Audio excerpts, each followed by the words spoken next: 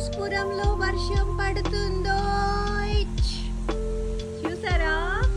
After 2 months it's raining today.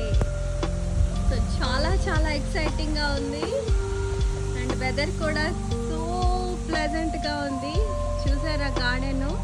So almost ఎండ్కి వచ్చేస్తుంది garden. ఇంకా 2 monthsలో crop అంతా అయిపోతుంది. ఇవన్నీ డ్రై అయిపోతాయి అండ్ మళ్ళీ నెక్స్ట్ స్ప్రింగ్కి మళ్ళీ పెట్టుకోవాలి.